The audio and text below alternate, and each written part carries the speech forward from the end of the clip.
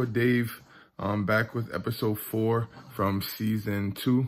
As y'all remember, at episode 3, we went to go get some maintenance done on the vehicle. We went to change the air filters, the two dual air cone filters. We also went to change spark plugs and do the oil. In the process of doing the spark plugs, I stumbled upon the reasoning in which I've been having a misfire. I kind of glazed over that over the last couple episodes, and I just realized I never really explained what the issue is or what's going on. So I figured before we actually go out to the vehicle and fix this problem, I actually give you guys kind of like a little definition, explanation of what is going on and what's happening. All right, so basically when I went to pull the my spark plugs out, I have 6, it's a 6-cylinder.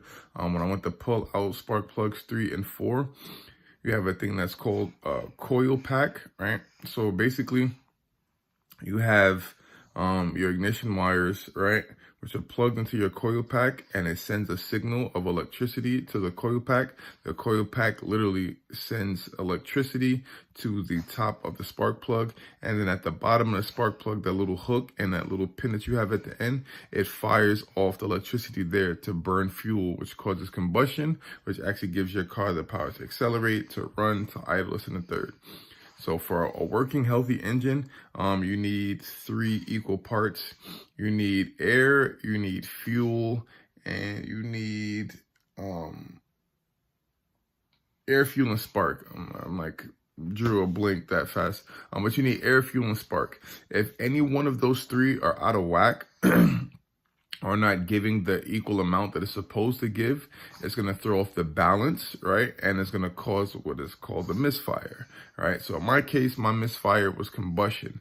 So basically what my ECU or what my DME was telling me, you know what I'm saying, is that my misfire is due to fuel not being burnt off at the proper rate.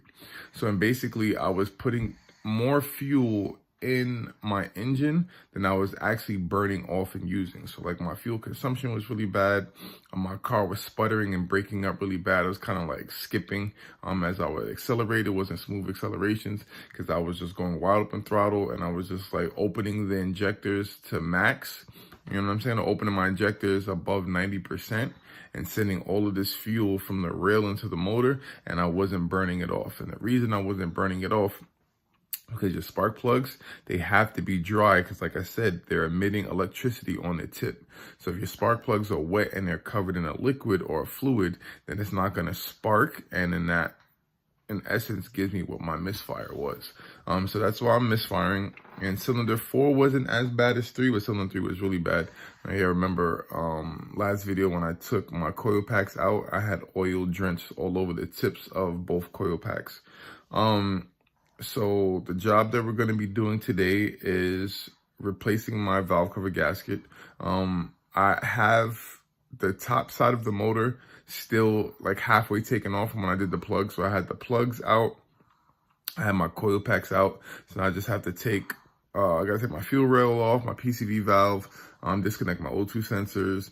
I have like another sensor up there. I don't remember which one it is. I have some wiring for the coil packs and whatnot. So just like some stuff on the area on the top side of the motor that I have to disconnect. That way I can get access to this valve cover gasket and then replace it. So you see when we go out to the car, we're kind of like 30% already into the job, being that I had to take off some stuff in order to change the spark plugs in the first place. So instead of just replacing the spark plugs and the valve cover gasket, also went ahead and I ordered a whole new set of coils, 6 coils from Precision Raceworks. They came in yesterday, and I'm going to throw those in at the same time. So we're just kind of like completely revamping the whole spark system. We're going to do new plugs, new coils, and then swap out this valve cover gasket. All right, sound like a plan. Ain't nothing to it but to do it, man.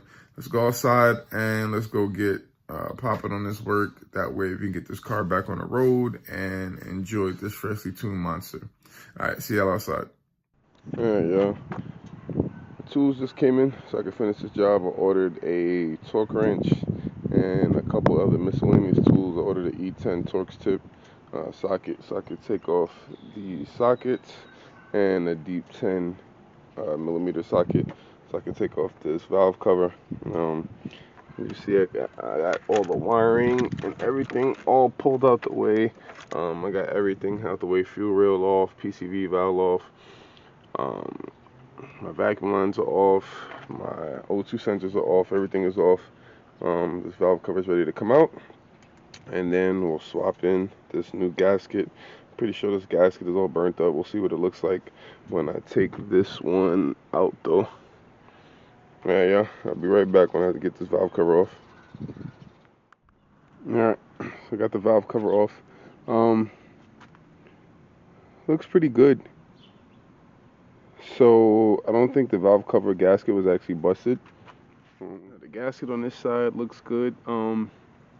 None of the bolts were torqued incorrectly, so I think that's why I was leaking oil into my spark plug wells. So we're still gonna throw the new gasket on just to make sure. I would hate to have just tightened these bolts down and still been leaking. So we're gonna clean up the head as good as possible, put the new valve cover on, we'll add the new valve cover gasket, and then throw this valve cover back on, and then we should be good to go. But like even the valve cover like looks like really clean. You could tell somebody just did this job not too long ago. Yeah, because like I don't even have like a bunch of oil residue and stuff like that on the valve cover. You can tell somebody just did this job, they just didn't do it correctly. So that's one of my biggest pet peeves. If you don't know how to do the work, then like take it to somebody, or like actually look at a video. Like the way the internet is now, you can find DIYs on everything. So like there's no reason to like do this job like half done like this.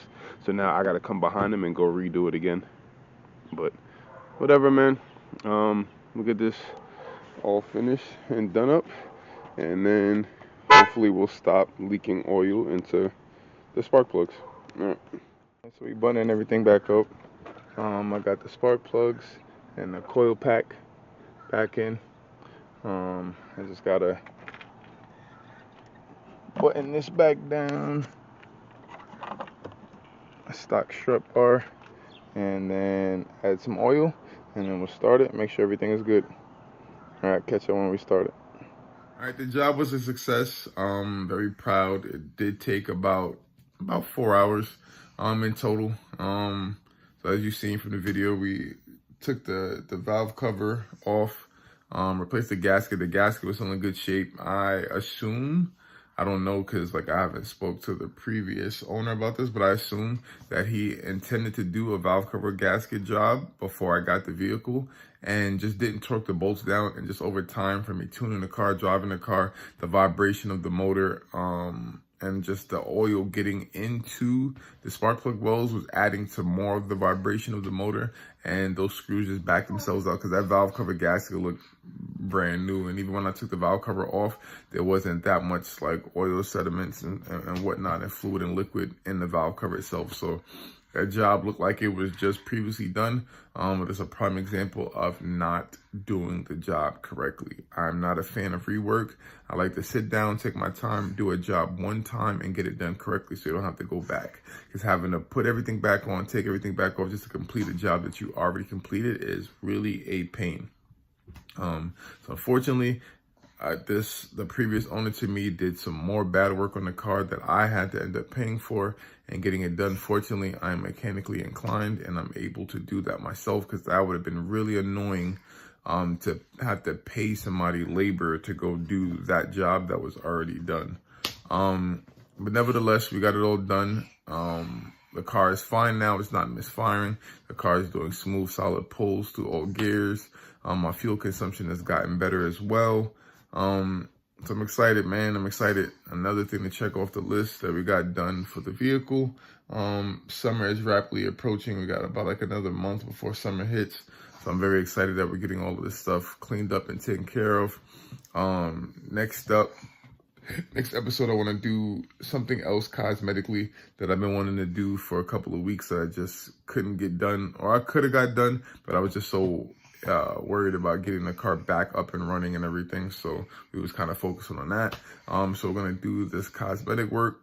And then for episode 6 as well, the next episode is episode 5. For episode 6, we're going to take the car to the auto body shop and get the bumper finally fixed from the damages from season 1. And then we'll ultimately get that side panel, that side quarter panel that got damaged when I was at that shopping center fixed too. So the car will look tip top, like exterior and interior wise.